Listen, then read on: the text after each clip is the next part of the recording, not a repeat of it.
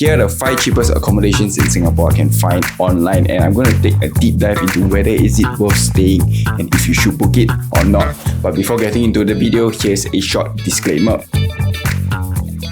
And another thing, I do have a couple of promo codes from some other hotels as well as Klook, so if you are going to book some, do remember to use them and will leave it in the description below. So without further ado, let's get on with the 5th cheapest accommodation in Singapore, which is Circular House. Located in the hustle and bustle of Boat Quay, this accommodation is located within the shophouse district filled with many glorious foods. The accommodation has 3.4 out of 5 stars from 288 Google reviews, but from a local's point of view, food here will be very expensive. The exact address of this accommodation is 5 Circular Road, and the closest MRT will be Klook, which is only a 4-minute walk away. And unfortunately, there's no shelter from the MRT to Circular House, so remember to bring an umbrella. From the immediate surroundings, there is a plethora of food from Muslim to Korean to Chinese and Japanese and many more. There's also a 7-Eleven just right around the corner, 1-minute walk away, making it super convenient. And in terms of attraction, you are just located by the Singapore River and only a kilometer away from the ever famous Merlion and the iconic view of Marina Bay Sands. Klook MRT itself has a mall right above it called Klook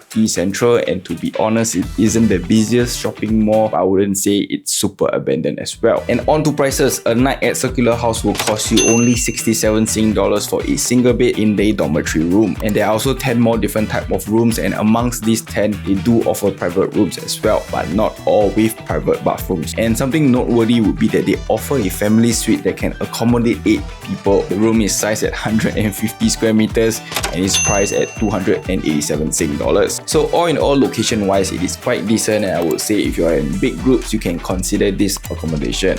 And upon 10, it's a 9/10 stability for big groups, but for solo or couples, it is a 6 or 7/10 stability.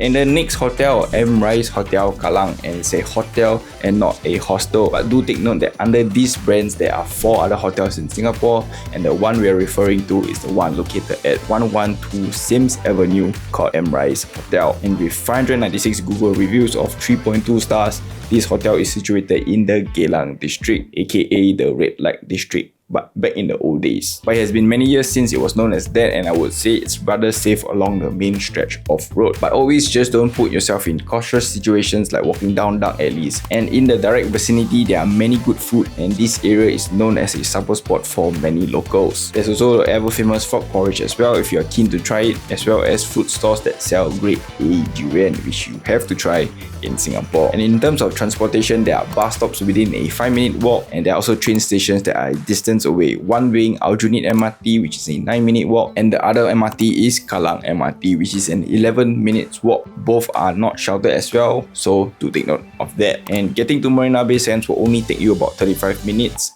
and to Orchard, it will take you over 40 minutes, both by public transport. And in terms of pricing, it will cost you 63 Sing dollars a night in the standard double room. However, I found out that if you book it through the Skyscanner link from the Google search, it redirects you to Agoda but at a cheaper rate.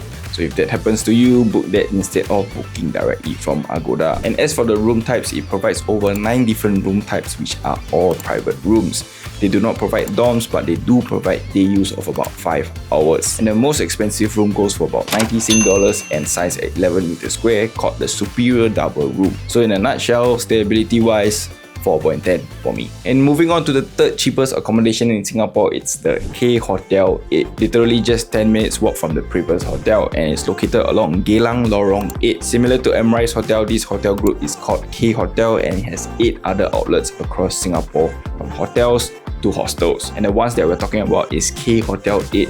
It has 95 Google reviews of 2.9 stars. This hotel is located in the same region as Rise, so I'm not going to talk much about the location and its immediate surroundings. But it's further away from both Aljunied and Kallang MRT, which is about a 16 minutes walk. And one night in K Hotel will only cost you 60 Sing dollars for the standard queen with window, using the similar method as mentioned previously at Rise Hotel by using Google search and going through Skyscanner. The hotel provides 6 different room types offered by K Hotel 8, and the one one thing that caught my attention was the 6-bedroom, which only cost 124 Sing dollars. And if you're going in groups of 6, walking along the in-between streets of Geylang is not that scary. The standard queen width window is sized at 17 square meters and it goes up to 26 square meters for the 6-bedroom, which I feel might be a tight squeeze if you were to ask me. So overall, I would say this hotel is decent for groups of 6. However, the immediate surroundings have nothing much to offer apart from the main stretch of Geylang Road with the plethora of supper food. And now the second cheapest accommodation in the whole of Singapore is Campbell Inn,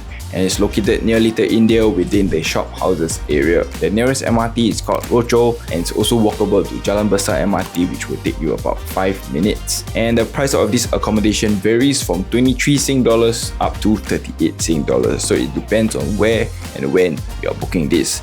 And as of March, checking a random day in April, it will cost you 23 Sing dollars a night for a bed in a 12-bed dorm mix. There are also 11 other room types which are dorms with different amounts of people that are in the room. They also do offer female dorms if you are keen. And something notable as well, they do offer the entire room of 6, 8, 10 or 12 packs, which ranges from 137 Sing dollars up to 427. As for its immediate surroundings, you are just a stone's throw away from Little India, where you will be basked with spices and colours throughout the shop house. There's also a 7-Eleven that is just a minute's walk away, making it super convenient if you need to get any amenities. And just zooming out, you're only 20 minutes to Marina Bay and 30 minutes to Orchard Road by public transport. And if you can score this dorm room at 23 Sing dollars or cheaper, it is definitely worthwhile staying here, and in my opinion, as every other hostel, staying here in groups will be much more worth it and safer. So stability wise, 7.10. And the cheapest accommodation in Singapore is 7 Wonders Hostel at Upper Dickson. And as the name suggests, it is a hostel. And needless to say, hostel accommodations around the world have got to be the cheapest. So for only 23 Sing dollars a night, do not expect much. All you get is a bunk bed in a mixed dormitory with your typical shared amenities. And similar to the previous hotels, 7 Wonders Hostel is a hotel group and it has 3 other hotels.